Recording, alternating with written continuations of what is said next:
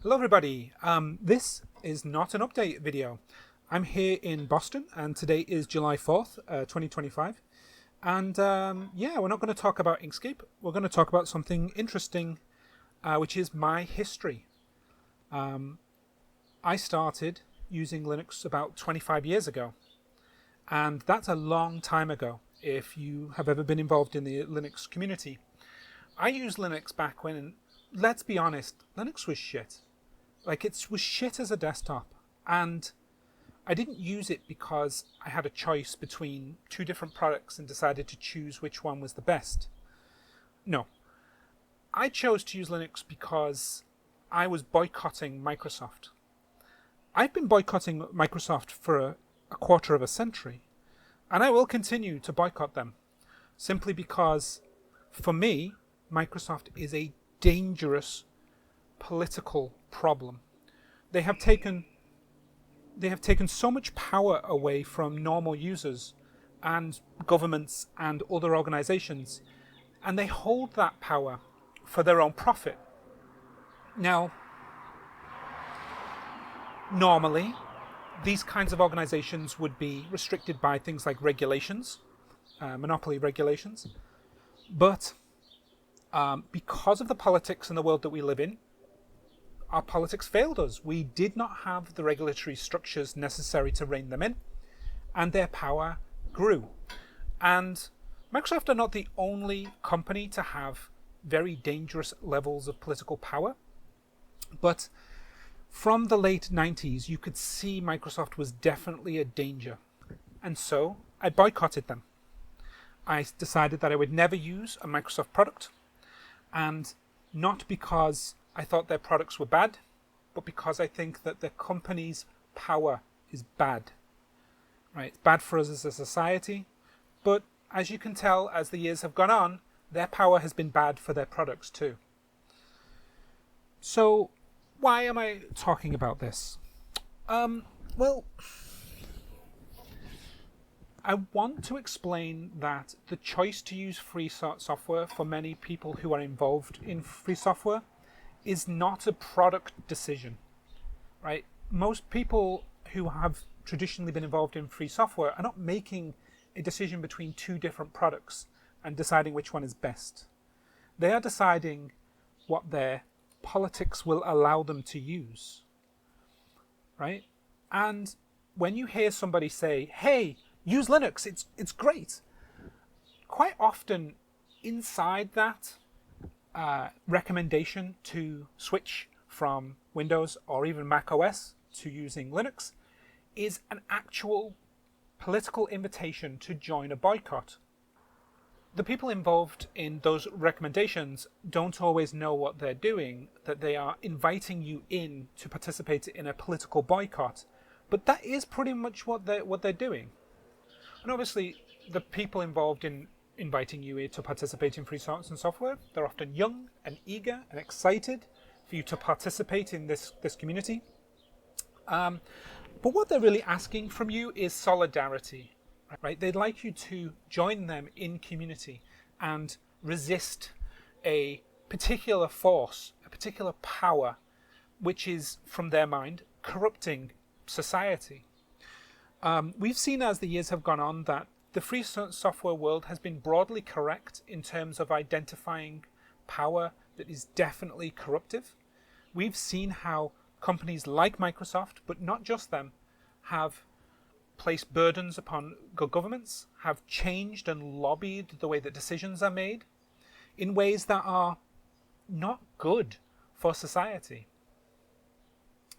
So, what do we do when we have an enthusiastic community that wants to invite people in to using software that is, to be honest again, shit, right? And we struggle with that. And you'll hear people from the free software world being called religious zealots, that we are not considerate towards people's needs, which is true. You know, that request for solidarity is a very difficult and sometimes very frustrating thing to be able to communicate. But it is important. It's an important piece of politics that we have to stand up for. And so a lot of people like myself decided to get into being constructive instead. For us, we had to make decisions about how we were going to approach this. We could keep on trying to invite you in to boycotting Microsoft, to boycotting Adobe, boycotting Google. But this is a very difficult proposition if the alternatives are just shit, right? And so for many, many years, many thousands of people took the decision to build, to make the products better so that the political request for you to join our boycott would become easier, right? We want to make sure that you understand the politics because it's important that you understand why this boycott is important. But at the same time,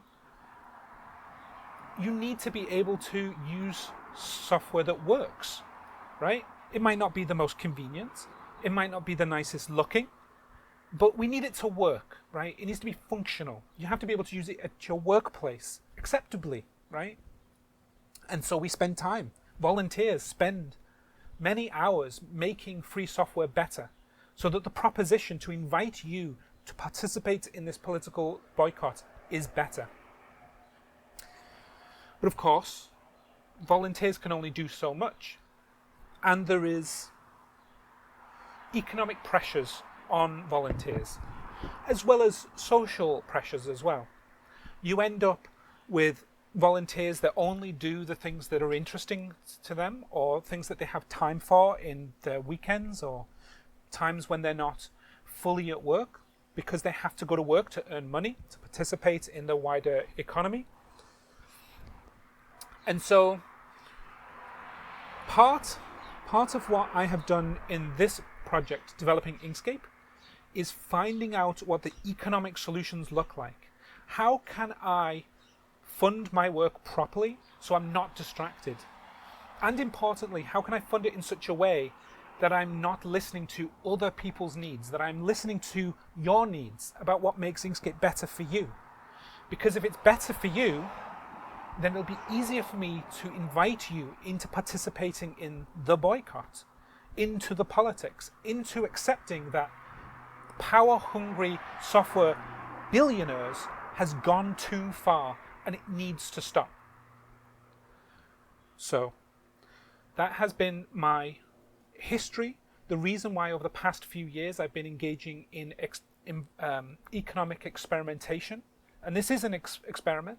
It's why I've been inviting users in to participate with me, to fund my time, to join me on LibrePay, on Patreon. And it's why it's important that we figure out how to make free software sustainable, because ultimately we need it to work because we need to defeat these guys. Their power is too much. You know, I hope it explains why we would never participate in a proprietary system that excludes us from being able to participate in a free software one. We distribute Inkscape on the Microsoft Store, but we would never make that the only way to get Inkscape because we do not trust Microsoft at all. It's the reason why we do not use GitHub, because we do not trust Microsoft at all. And it's also why we are selective about who we will partner with, who we will accept money from, donations or in fact payment if somebody wanted to hire me. You know, I want to make sure that the people who are making decisions and people that have power are at the end of the day you, the people who have the least power and the least say in what gets done. And we have to be vigilant to make sure that we are making good decisions and stewarding the project correctly. It would be easier to be proprietary, but sometimes you just have to do the thing that's kind of shitter, kind of worse, but good.